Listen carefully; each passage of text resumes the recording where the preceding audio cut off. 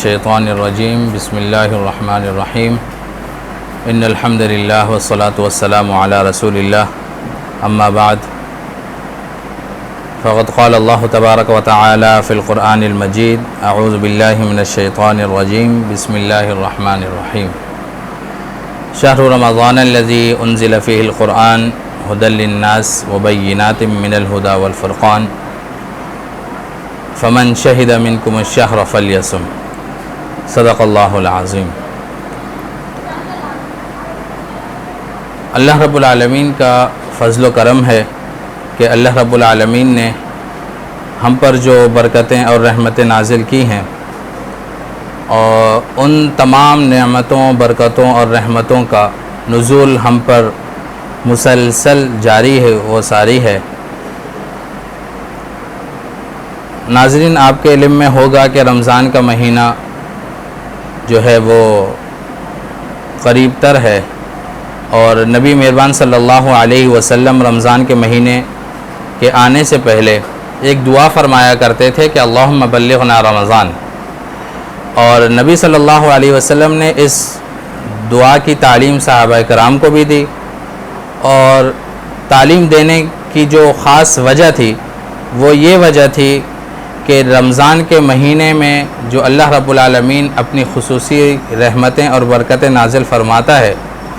ان رحمتوں اور برکتوں کو سمیٹنے کا اہتمام کیا جائے،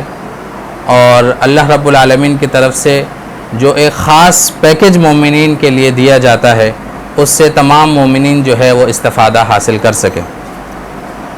قرآن کی آیت جو میں نے آپ کے سامنے تلاوت کی ہے کہ اللہ رب العالمین نے ارشاد فرمایا کہ شہر رمضان الذی انزل فیہ القرآن، رمضان وہ مہینہ ہے جس میں اللہ رب العالمین نے قرآن مجید نازل کیا، یعنی کہ رمضان کے مہینے کی فضیلت اللہ رب العالمین نے قرآن مجید کے نزول کے ساتھ قرار دی کہ رمضان کی فضیلت قرآن مجید کے نزول کے ساتھ ہے، قرآن مجید کے نازل ہونے کے ساتھ ہے۔ اور در حقیقت قرآن مجید جس مہینے نازل ہوا اس کی فضیلت، اور جس رات نازل ہوا اس کی فضیلت، اس قرآن مجید کی وجہ سے، کلام اللہ کی وجہ سے اللہ رب العالمین نے اس کو بہت بڑھا کر جو ہے امت محمدیہ کے لیے ایک پیکج کے طور پر سامنے رکھ دیا ہے۔ اور قرآن مجید جس رات نازل ہوا اسے لیلۃ القدر کے نام سے تعبیر دیا جاتا ہے، اور پھر جس مہینے نازل ہوا اس مہینے یعنی رمضان مبارک کے مہینے کو تمام مہینوں سے افضل قرار دیا گیا ہے۔ اور پھر رمضان کے مہینے کو اللہ رب العالمین نے 3 حصوں میں ڈیوائیڈ کر کے مومنین کے سامنے رکھ دیا ہے کہ پہلا عشرہ جو ہے رمضان کا وہ رحمت کا عشرہ ہے، اور دوسرا عشرہ مغفرت کا ہے، اور تیسرا عشرہ جو ہے وہ جہنم سے نجات کا ہے۔ اور تیسرا عشرہ جو ہے وہ جہنم سے نجات کا جو ہے اس میں اور بھی کئی چیزوں میں نبی صلی اللہ علیہ وسلم کی تعلیمات کے مطابق خاص اہتمام کیا جاتا ہے۔ ان میں سے ایک اہتمام جو ہے وہ اعتکاف کا اہتمام ہے۔ اعتکاف جو ہے مسجد میں مردوں کے لیے اور عورتوں کو گھروں میں خاص وہ جگہ جہاں پر نماز کے لیے جس جگہ کا انتخاب کیا جاتا ہے اس جگہ کو اعتکاف کے لیے عورتوں کو خاص کر دینے کا حکم دیا گیا ہے، اور مردوں کو مسجد میں اعتکاف کرنے کا حکم دیا گیا ہے۔ اور اس کی جو دلیل ہے وَلَا تُبَاشِرُوهُنَّ وَأَنْتُمْ عَاكِفُونَ فِي الْمَسَاجِدِ، اللہ رب العالمین نے سورہ بقرہ کی آیت نمبر 187 میں ارشاد فرمایا ہے کہ وَلَا تُبَاشِرُوهُنَّ وَأَنْتُمْ عَاكِفُونَ فِي الْمَسَاجِدِ۔ تو اس آیت سے کی روشنی میں یہ بات ثابت ہوتی ہے مردوں کو مسجد میں اعتکاف کرنے کا حکم دیا گیا، اور یہ اعتکاف جو ہے یہ رمضان کے آخری عشرے میں کیا جاتا ہے۔ ویسے تو اعتکاف کی کئی قسمیں ہیں، نفلی اعتکاف ہے، اور اس کے علاوہ سنت اعتکاف ہے، اور واجب اعتکاف ہے۔ رمضان کے جو آخری عشرے میں جو اعتکاف کیا جاتا ہے اس کو علماء کرام جو ہے وہ فرض کفایہ کے زمرے میں شامل کرتے ہیں کہ یہ رمضان کے آخری عشرے میں جو اعتکاف کیا جاتا ہے یہ فرض کفایہ ہے، یعنی کہ محلے سے چند لوگ منتخب ہو کر مسجد میں، محلے کی مسجد میں جس میں 5 وقتہ نماز ادا ہوتی ہو، اس میں اعتکاف کا اہتمام کرتے ہیں۔ 10 روز تک رمضان کے 20ویں روزے کے افطار سے پہلے پہلے مسجد میں آ کر اور خاص طور پر جو پردے وغیرہ لگا کر اور ایک خاص حجرہ بنا کر اہتمام کیا جاتا ہے اعتکاف کا، تو یہ رمضان کے آخری عشرے میں کیا جاتا ہے۔ اور صحیح بخاری کے حدیث میں ہے کہ حضرت اماں عائشہ رضی اللہ تعالی عنہا فرماتی ہیں کہ ان نبی صلی اللہ علیہ وسلم کان یعتکف العشر الاواخر من رمضان، کہ نبی صلی اللہ علیہ وسلم رمضان کے آخری عشرے میں اعتکاف فرمایا کرتے تھے، حتی توفاہ اللہ، یہاں تک کہ اللہ رب العالمین نے انہیں موت دے دی۔ تو نبی صلی اللہ علیہ وسلم کے وصال تک نبی صلی اللہ علیہ وسلم کا معمول تھا کہ نبی صلی اللہ علیہ وسلم رمضان کے آخری عشرے میں اعتکاف فرمایا کرتے تھے۔ اور حضرت اماں عائشہ رضی اللہ تعالیٰ عنہ فرماتی ہیں کہ یعتکف ازواجہ من بعد، نبی صلی اللہ علیہ وسلم کے وصال کے بعد نبی صلی اللہ علیہ وسلم کے ازواج مطہرات نے رمضان کے آخری عشرے میں اعتکاف کا اہتمام کیا۔ تو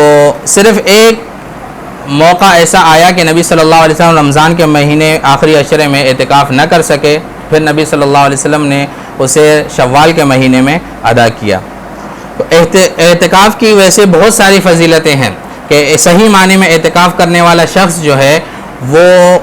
ایک عمرہ اور ایک حج مبرور کا ثواب کا حامل قرار پایا ہے۔ نبی صلی اللہ علیہ وسلم کی حدیث مبارکہ ہے کہ جس شخص نے اعتکاف کیا اور صحیح معنی میں اعتکاف کیا تو اسے ایک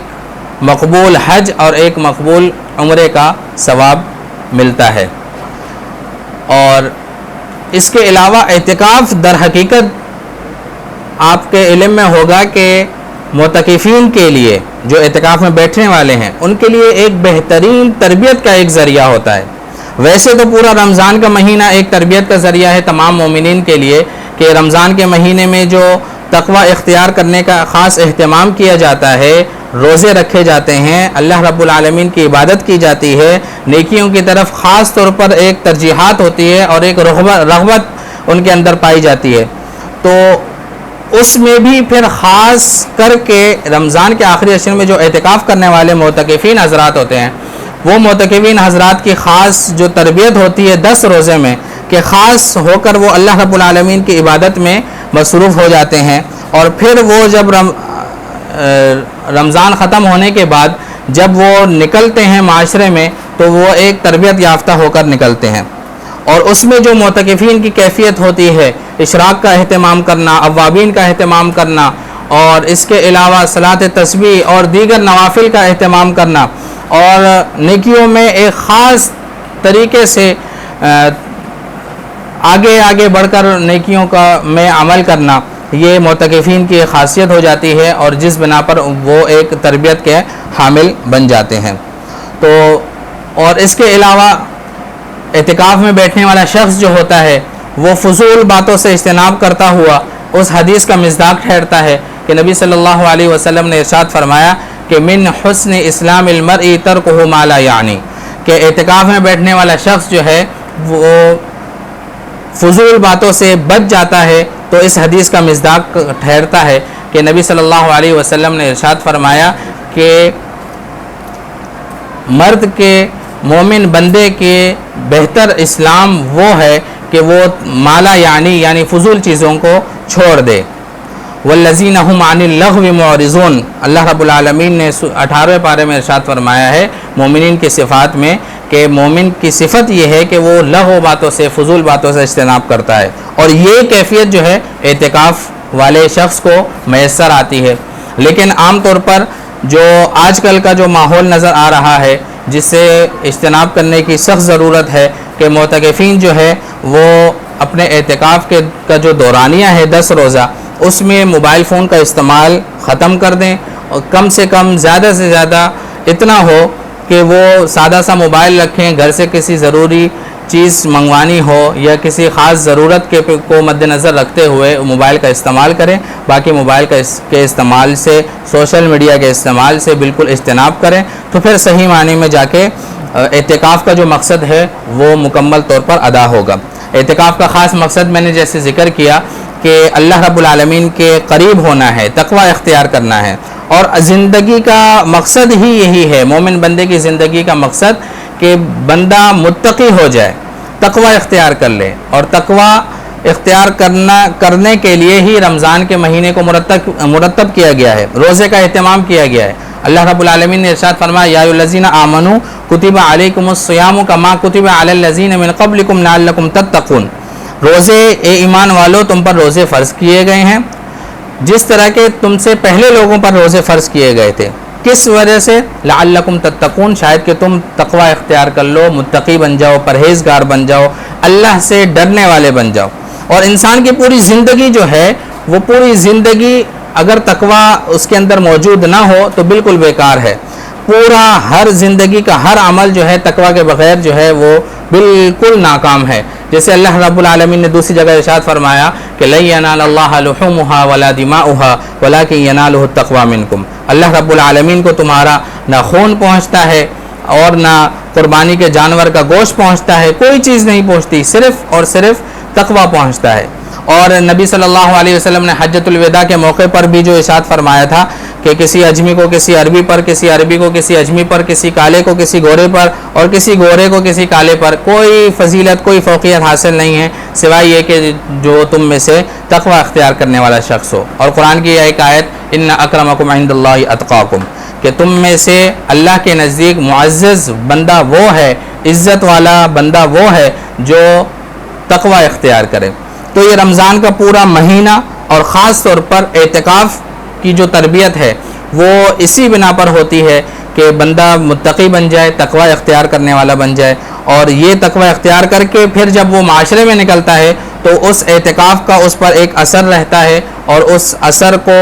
جو دوسرے لوگ جس صحبت میں جا کر بیٹھتا ہے اور دوسرے لوگ اسے کیچ کرتے ہیں اور اسے اپنے اندر جو ہے وہ محسوس کرتے ہیں، اور اعتکاف کرنے والا شخص جو ہوتا ہے وہ معاشرے میں ایک الگ فرد کی حیثیت سے نظر آ رہا ہوتا ہے، کیونکہ وہ رمضان کے مہینے میں تربیت حاصل کرنے کے ساتھ ساتھ خاص طور پر 10 روز کے لیے جو مسجد میں بالکل اللہ کی عبادت کے لیے مختص کر لیتا ہے اپنے آپ کو، تو وہ تقوی اپنے اندر سما لیتا ہے، اور پھر وہ اس تقوی کی روشنی جو ہے وہ معاشرے میں پھیلتی ہے۔ اور اعتکاف کے حوالے سے، مردوں کے حوالے سے، عورتوں کے حوالے سے الگ الگ مسائل ہے، مختصراً میں ذکر کر دوں۔ ایک عورت کے لیے ضروری ہے کہ وہ گھر میں جس جگہ پر اعتکاف کر رہی ہے اس جگہ پر اعتکاف کرنے سے پہلے، اعتکاف کا اہتمام کرنے سے پہلے اپنے شوہر کی اجازت لے لے۔ عورت کے لیے شوہر کی اجازت لینا ضروری ہے، اور عورت کے لیے بہتر اعتکاف اس کے گھر کے اندر ہے، کیونکہ نبی صلی اللہ علیہ وسلم کی حدیث مبارکہ ہے کہ عورت کے لیے بہتر جگہ اعتکاف کے لیے وہی ہے جو نماز کی جگہ ہے، اور نماز کی جگہ جو ہے احادیث متواترہ سے ثابت ہے کہ عورتوں کے لیے نماز کے لیے بہتر جگہ جو ہے وہ ان کے گھر ہیں۔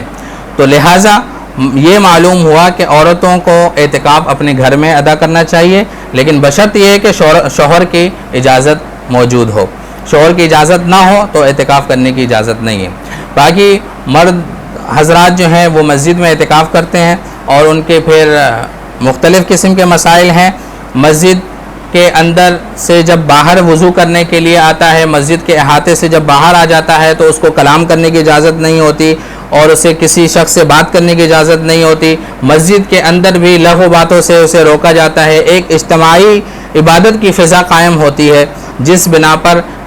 مرد حضرات جو اعتکاف کرنے والے ہیں محلے کے اندر وہ ایک نمایاں کردار ادا کر پاتے ہیں، اور ایک نمایاں حیثیت سے پھر معاشرے میں نکلتے ہیں اور ایک تربیت یافتہ ہو کر نکلتے ہیں۔